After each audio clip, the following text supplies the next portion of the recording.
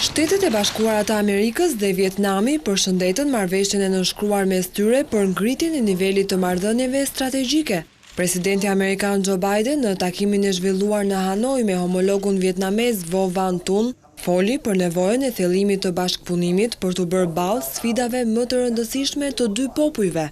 Ai kërkoi që dy vendet të vazhdojnë partneritetin edhe në fusha të tjera si në ato të investimeve apo inovacionit. Bisedimet e së hënës erdhën një ditë pasi Shtetet e Bashkuara dhe Vietnami ngritën marrëdhëniet e tyre në një partneritet gjithëpërfshirës strategjik, një lëvizje që është shtëpia e bardhë dhe përshkruajësi të pashembullt dhe të rëndësishme. Presidenti amerikan pohoi se forcimi i marrëdhënieve me Vietnamin nuk synon të frenojë Kinën.